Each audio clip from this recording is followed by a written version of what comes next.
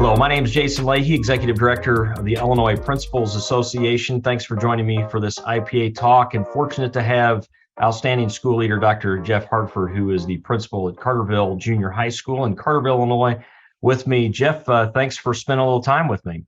You're very welcome. Appreciate the opportunity. Well, Jeff, so we are just coming off a couple of weeks past our annual conference. October 31st is the date of this recording. And you were kind enough to share some research and work that you've done as part of your dissertation, as part of your doctoral program, and related to homework. And obviously that's obviously a big issue when we're talking about what we're doing with helping kids along with improving performance and obviously measuring progress, all of that. So we're definitely going to get into that and what your research has found with it that might be interesting for people to take and wrestle with for themselves as they're leading their schools and also within their school community. But before getting into that, I'd be remiss if I just didn't ask you a little bit about your leadership journey and what brought you to the position you're in now. And I've had the opportunity to see your school down there in Carterville. It's been a couple of years now since I've been down there. Of course, we had a pandemic in the middle of all of that too, but I'd like to hear about your journey and if you wouldn't mind, just share a little bit about your school too. Sure.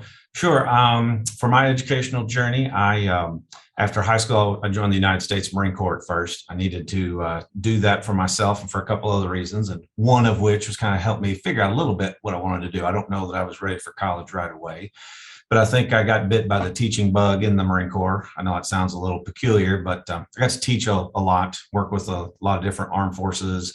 I worked with the British, Saudi, and Kuwaiti Royal Marines. Wow. And I was a certified marksmanship instructor and was on a nuclear anti-terrorist team and did a lot. Of course, none of the stuff really you do in schools. It's about room clearing and ship clearing and, proper working in teams and doing that kind of stuff. But what I found was I just enjoyed teaching people. Like I really enjoyed working with somebody and seeing that light bulb go off or helping somebody get better.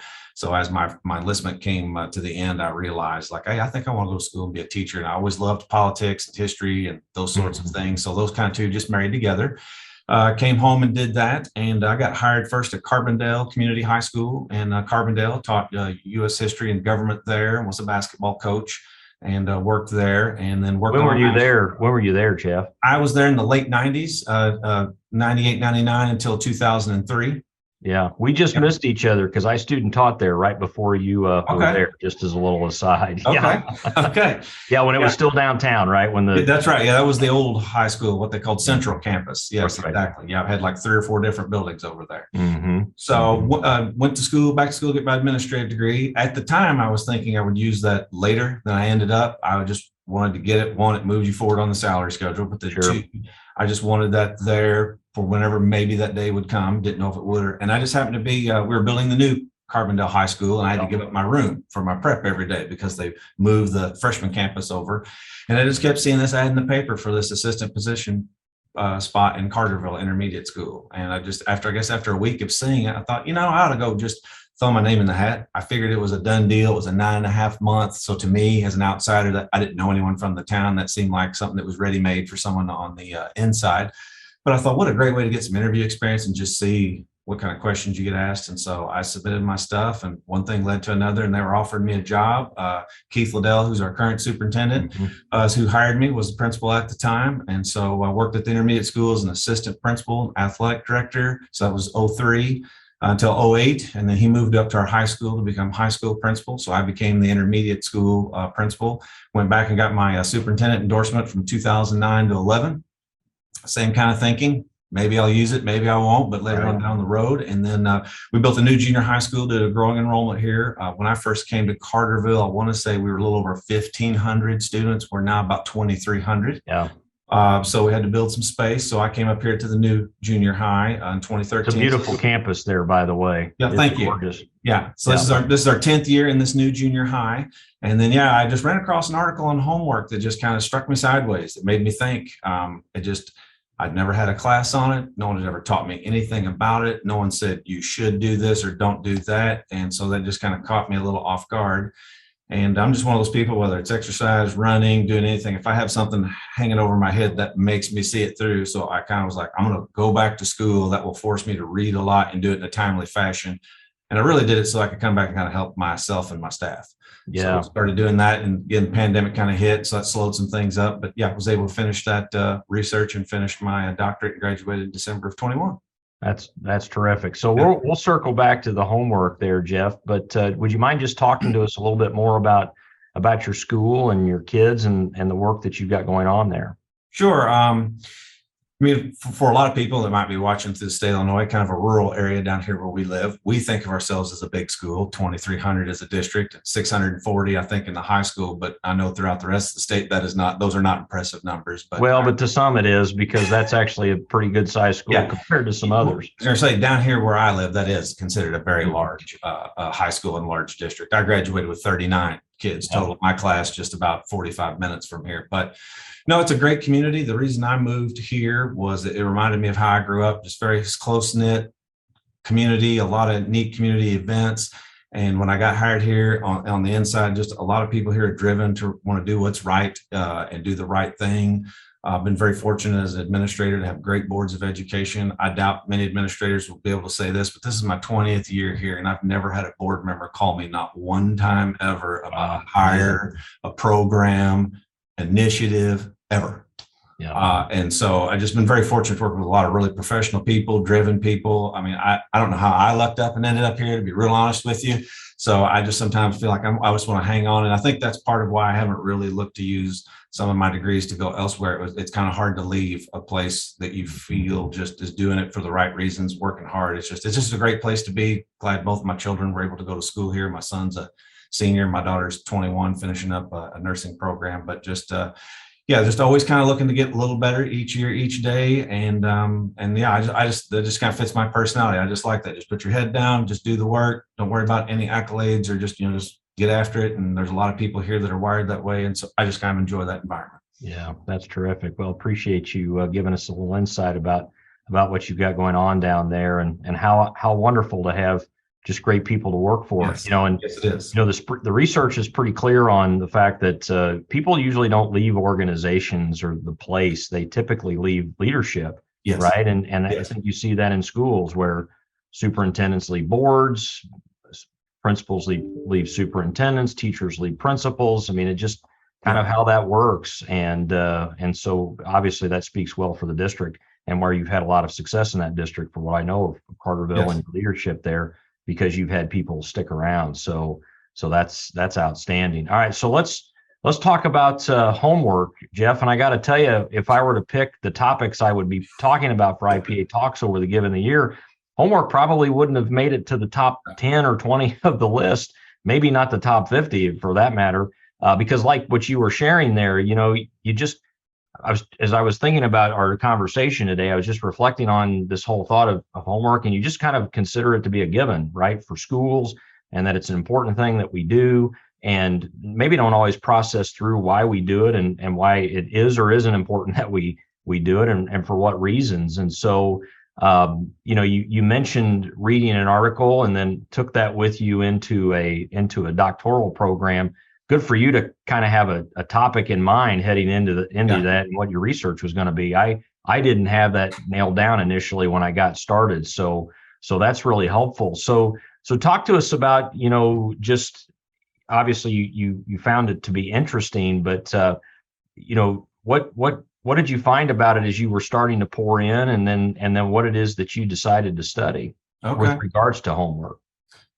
Well, the first thing that I was, relieved is that it wasn't just me. As I started reading articles, it was very clear that lack of teacher training is widespread, coast to coast, north to south. It wasn't like cities are getting it done and rural areas aren't, or Illinois is behind and everybody else is ahead. Mm-hmm. It was across the board, and studies well into the 2000s still, that there just really is not any teacher training. The bottom line of training was that it's basically non-existent, and that what teachers are really doing is they're not basing homework practices on research. They're basing it on their personal preferences and beliefs.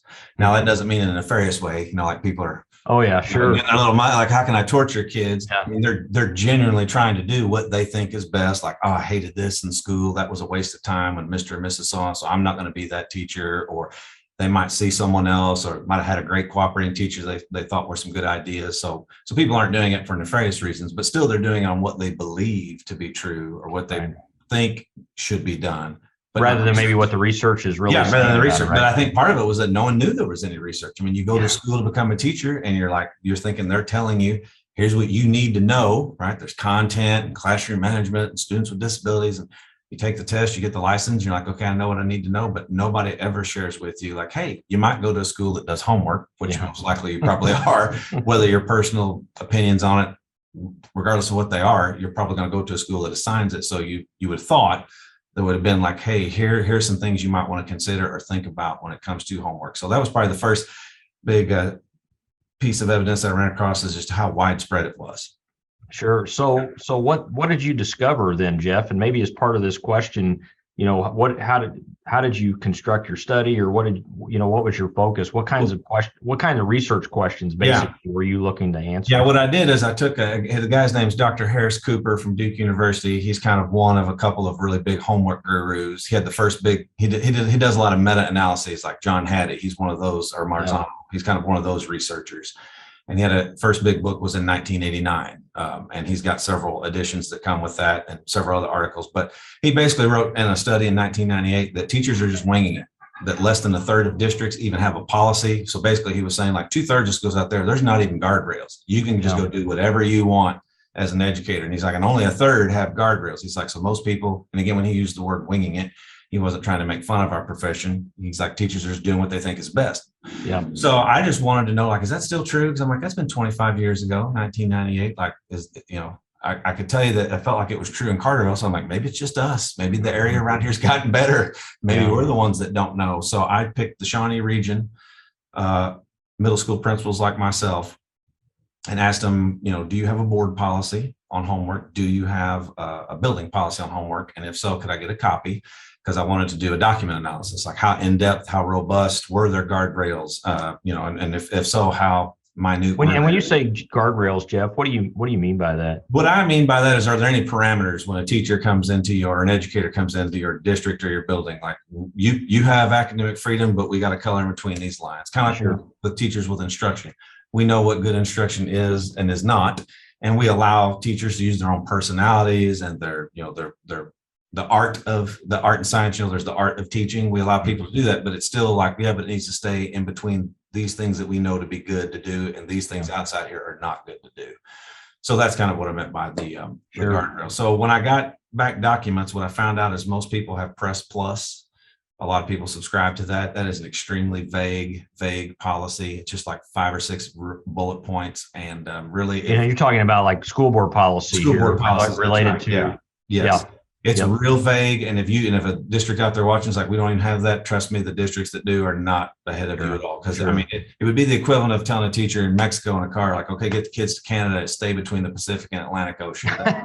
That's the amount of guidance. Great metaphor. Yeah, that is the amount of guidance it gives you. So someone could turn right and go all the way to Georgia and zigzag back and forth and take 20 years to get there. So it's that vague. And then building policies were almost non-existent. And if they had them, they were more about like the punitive side. What are we going to do if they don't do the homework, or if it's late?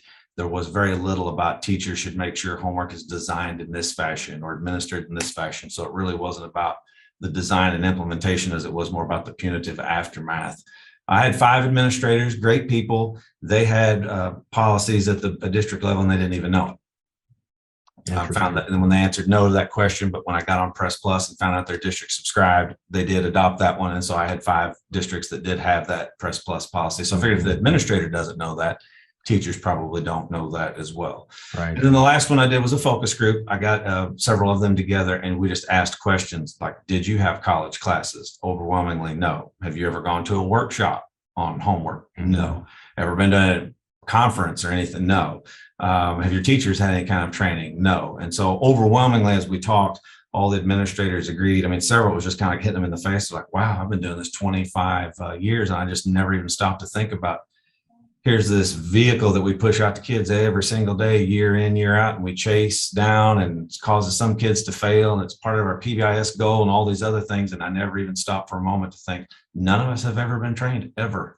We're just, and in some buildings we're like, yeah, I have one wing that does one thing and another wing does another, or this grade level. And because again, so they agree that there need to be some policies, a framework, an umbrella, whatever word you want to use for it, that kind of kept people in between some margins. But then they also definitely agreed PD was needed desperately because no one was aware of any research, just like myself. Didn't even know that existed. So let me ask you, Jeff, obviously, when you're doing doctoral work, you really get in deep on a lot of different levels within the research subject. And I'm sure with the literature you're reading, there was likely some best practices to be considered around homework. So just any general thoughts, if people were to start building those guardrails as you speak, what are some of the things that you found that seem to be best practices related to homework? Well, one person that I could direct people to would be Dr. Kathy Vatterott. I think she still works at University of Missouri St. Louis, UMSL. And she's kind of a homework guru like Harris Cooper. And she has a great article that I shared at the IPA, and it's on my PowerPoint and the website that I gave everyone when I was up there. And if anybody wants to email me that, I'll give you the link to my Google site. It's free. I'm not doing anything to try to get any money or anything. So, and if you're open to it, Jeff, we could even add that into the show notes here for this session if that works for you. Okay.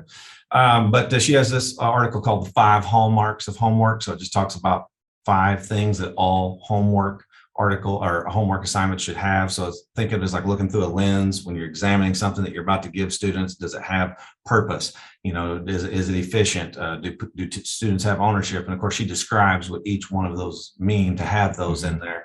And the last one I thought was unique. She even says aesthetic appeal. She's like, human beings and psychology is a big factor. She's like, if you've ever been to a restaurant, something walks by and you go, ooh, look at that. Or you walk in, you see something, you're like, ooh, what is that? She's like, kids are no different. As soon as it smacks down in front of them, if it's all scrunched together, it's smeared, it's smudged, no workspace.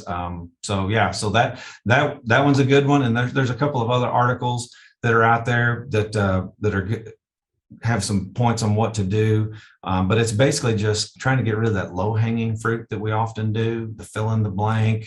A lot of the textbook companies, again, they're designed to sell us textbooks, not necessarily do what's a smart thing to do educationally. And it's great as a teacher. It's convenient. You can photocopy it or whatever, load it up in your Google Classroom, but it's just not really that high level kind of learning. So just thinking about the design of what you're doing. And then again, the research was like mostly lower elementary.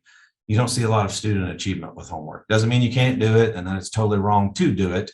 Some experts would argue that it helps develop, that work ethic and that home to school bond and all that. But as far as actual student achievement, lower grades, it's almost zero for like K3 students, and 4th, 5th, and even up 6th grade, it's not much better. So unless it's probably designed well, right? Yeah. So that's the thing. So if you are going to do it in 4th and 5th grade, like to steal Dr. Kelly down here at SIU's thing, it needs to be great stuff. It needs to be GS. It needs to be great stuff, because you're just not getting quite the bang for your buck. But yeah, the Google site, I mean, maybe I can send that to you, or however, if people want to see that, but there's several articles that have bullet points, or you can go read the full-fledged article to get some of the research that's out there on homework. Absolutely. No, that would be a valuable asset. And what's interesting about you making that point, Jeff, about aesthetics, it's funny you bring that up. I don't know if it's funny at all, because I believe that about facilities, right? Kids, types of facilities we put them in, it matters. It shows to them, either directly or indirectly, subconsciously, maybe of how we care about them as individuals, about the type of quality educational experience. When I talk to people about their resumes, I talk about the aesthetics of the piece of paper, like the way it's structured and how people view that matters, right? No, you're right. It does. It does. It signifies, like, is this really that important? Because if it looks hastily thrown together, handwritten, and the teacher just goes, it's like, then how important is this? Yeah, well, we have some kids, whether they can read cursive or not, if they get a piece of paper that's written in cursive, they may not even be able to decipher what it is in front of them. Absolutely. Let me ask you this, Jeff. Did you ever get into any research or talk with school leaders just with regards to how much homework to be assigning?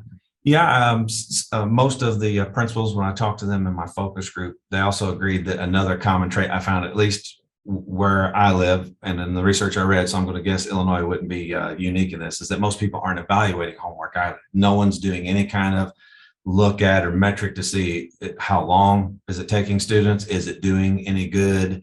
No one's measuring it all. But yeah, the 10-minute rule, if anyone's ever heard of the 10-minute rule, that actually comes from research. Harris Cooper kind of helped coin that phrase when they started looking at time, because time does matter. It's kind of like the porridge. There is too little, there is too much, and there is just right. And the research kind of bears out what just right is for those junior high, high school age students. And that's where the 10-minute rule was born from. But The one big thing too is with that I'd be remiss not to mention is that one drawback and maybe why we don't see this pushed as much in colleges or workshops is all the studies are correlational. None of them are causal, right? So if you've been in academics for any period of time, everybody's like, correlation does not equal causation. So there are people that are anti-homework. I've read several books and articles on it. It seemed to me the preponderance of evidence supported doing it if done properly. But that's part of the problem is that they're all correlational. So like the lady, Dr. Vatterott, that I mentioned from UMSL, she's a proponent of the 10-minute rule, but Dr. And could you explain the 10-minute rule? Yeah, 10-minute rule. 10 minutes, like every grade level you grow up, right? That's right. Yes. It basically is, let's say you're in 5th grade, it's take your grade level times 10 minutes. Right. And that's the average amount of time or the amount of time an average student should spend on homework. So a 5th grader times 10 minutes would be approximately 50 minutes of homework. Right. Now she would say, because the studies are correlational, not causal, 50 minutes shouldn't be the average. That should be the maximum amount of time. Yeah. When a 5th grader reaches 50, they stop. They draw a line, done. They hand you what they hand you, and you as a teacher accept it. So again, the 5th grader at home right now, I probably could align with that theory. Yeah, that's right. Mm-hmm. Yeah, but it goes kind of hand in hand with grading practices as well, because Dr. Vatterott talks about that too. Like you shouldn't penalize a student if they didn't get as far as someone else in the 50 minutes. You're not grading them on what they haven't shown you they've learned yet. You're grading them on what have they shown you they have learned. So that's kind of another side conversation to homework. Yeah. So I have 2 final questions here, Jeff. First off, just the thought of and we talked a little bit about this before we hit the record button here, but just about, we connect homework obviously to grades a lot. And so, I feel like as I'm listening to this conversation, I like how you talk about just making sure that there's a balance, obviously, in the approach. And obviously, you're also in talking about injecting intentionality into our philosophy and what we do with homework.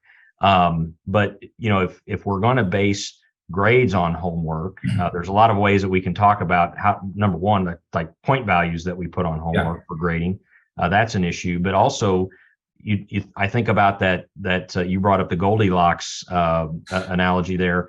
Too little, too much. There's got to be a just right in there for that too, because if you do too much, you could just kill kids. But if you do too little, and you have a situation where you have 4 or 5 grades, and a kid does poorly on one of those and doesn't have an opportunity to make up for that grade, they could be harmed just because they didn't have enough opportunity to demonstrate what it is that they're capable of doing, right? That's correct. Just any general thoughts from your perspective with regards to that from what you read and studied? Yeah, I think like you and I were talking previously, I think you kind of can't examine homework and grading separate. You kind of have to almost do them a little bit together, because again, as I was stating, I couldn't imagine, like even here in Carterville, I wouldn't just go out this start of the school year and say, guess what, people, I just got my doctorate when I learned there's going to be no homework in the junior high.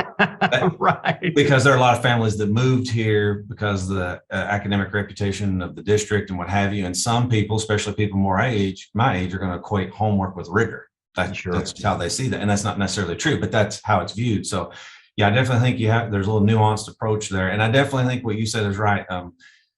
We've moved to homework counts less. It's kind of like practice. Again, you're using a sports analogy.